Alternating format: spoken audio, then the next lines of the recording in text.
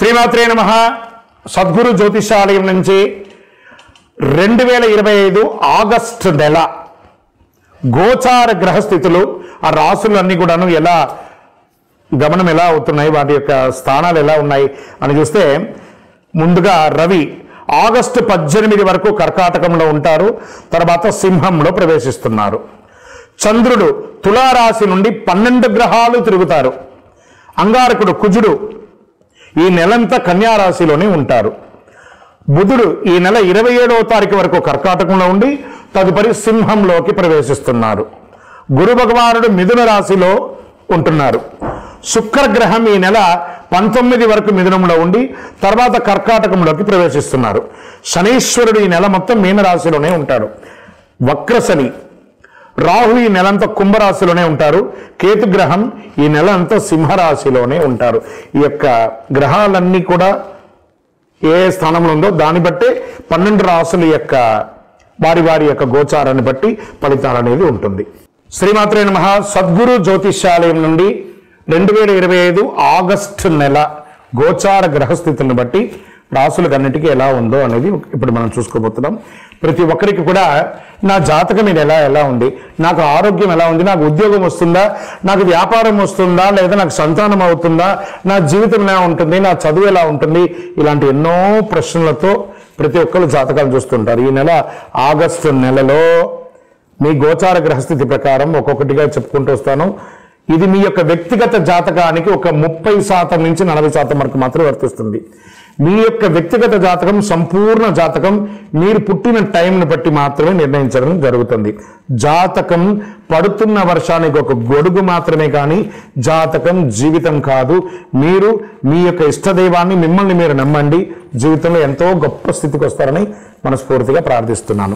జ్యోతిషాస్త్రరీత్యా ద్వాదశ రాశుల్లో 12వ రాశి అయినటువంటి మీనరాశి మిత్రులారా, పూర్వభాద్ర నక్షత్రం 4వ పాదం, ఉత్తరాభాద్ర నక్షత్రం 1, 2, 3, 4 పాదములు, రేవతి నక్షత్రం 1, 2, 3, 4 పాదములకు జన్మించిన మీరు మీనరాశి వారిగా పరిగణించబడుతున్నారు. ఈ 2025 ఆగస్టు నెల మీకు శుభాశుభ ఫలితాలు ఎలా ఉన్నాయంటే, జన్మ శని 7.5 శని నడుస్తుంది. ఆగస్టు నెల హెచ్చు తగ్గులు చాలా ఎక్కువై ఉంటుంది. మిశ్రమ ఫలితాలు, కొన్నిసార్లు సగటు కంటే బలహీనంగా కూడా ఉంటారు. మీనరాశి మిత్రులారా, ఈ నెల మొత్తం జాగ్రత్త జాగ్రత్త జాగ్రత్త. ఫస్ట్ జాగ్రత్త వచ్చి వాహనం నడిపేటప్పుడు, రెండవ జాగ్రత్త ఆహారం తీసుకునేటప్పుడు, ఇతరులతో మాట్లాడేటప్పుడు జాగ్రత్త, భార్య భర్తలు ఒకరితో ఒకరు మాట్లాడేటప్పుడు జాగ్రత్త, ఉద్యోగంలో పై అధికారుల నుంచి ప్రెషర్, సహ ఉద్యోగుల దగ్గర నుంచి ప్రెషర్, ఒకానొక సమయంలో ఉద్యోగం కూడా వదిలేసి మీరే ఫోర్స్గా రిజైన్ చేసి బయటకు వచ్చే అవకాశాలు కూడా ఉంటాయి, లేదా టెర్మినేట్ కూడా అయ్యే అవకాశాలు ఉన్నాయి. ఏంటంటే ఇలా గురుగారు ఇలా చెప్తున్నంటే, అవును జాగ్రత్త పడండి. ఇది గోచార గ్రహం మాత్రమే. మళ్ళీ మీ వ్యక్తిగత మిగతా గ్రహాలు కలిసి ఉంటే అది వేరే రకంగా కూడా మారచ్చు. వ్యాపారంలో షూరిటీ సంతకాల వల్ల మోసపోవడం, కోర్టు వ్యవహారాలు ఇబ్బంది పెట్టే అవకాశాలు చాలా ఎక్కువ ఉన్నాయి. చాలా జాగ్రత్తగా ఉండి. అన్నదమ్ముల అక్కల మధ్య సఖ్యత లోపం అవుతుంది. ఒక కోర్టు కేసు మిమ్మల్ని బాగా నిద్ర లేకుండా చేస్తుందని కూడా చెప్పచ్చు. ఉద్యోగం మారడానికి అవకాశం ఉంది. వివాహం ప్రయత్నం చేసే వాళ్ళకి కొంచెం ఒక వెయిట్ చేయండి. మాస ద్వితీయంలో కాస్త ఆశాజనకంగా ఉంటుందని కూడా చెప్పచ్చు. ఎలాంటి రిస్క్ కొత్త వ్యాపారం చేయకండి. ఎక్స్పోర్ట్స్ బిజినెస్లో ఎల్సీ లేకుండా ఇవ్వకండి, లేకపోతే మీ జీవితమే తారుమారయ్యే అవకాశాలు ఉన్నాయి. ముఖ్యమైన వ్యవహారాల్లో శ్రమాధిక్యత ఉంటుంది.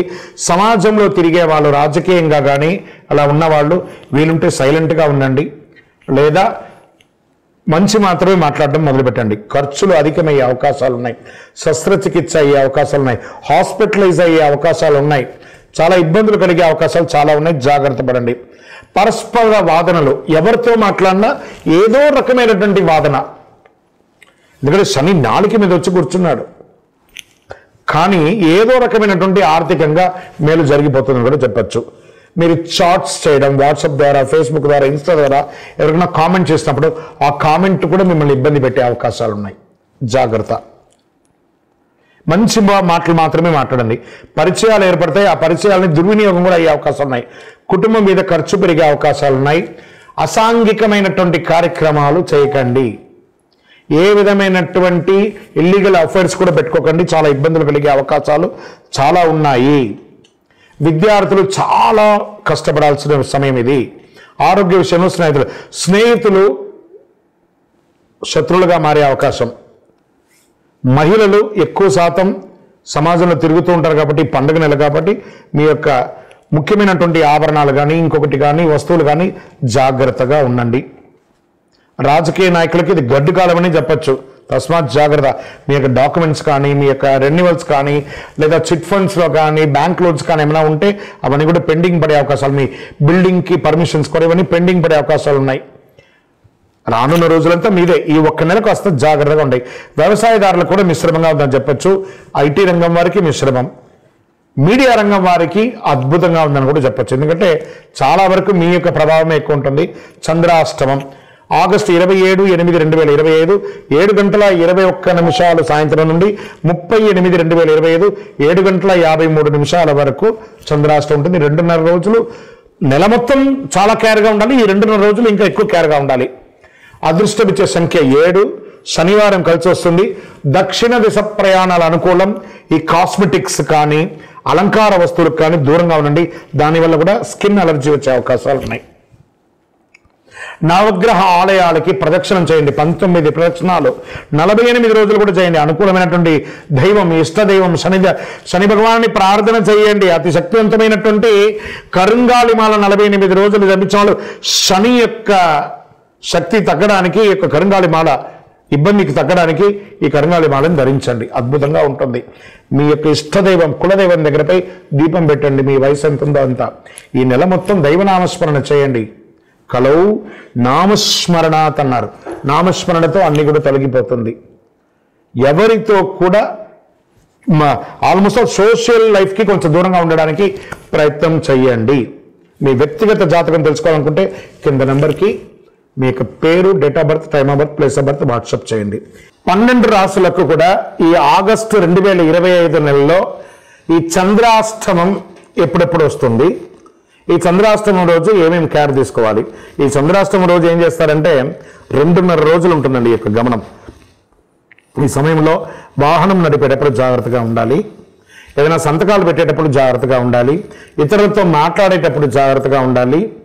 ఏ విధమైనటువంటి నూతన పని చేయాలన్నా ఒక్కసారికి 4 సార్లు ఆలోచించి జాగ్రత్తగా చేయాలి.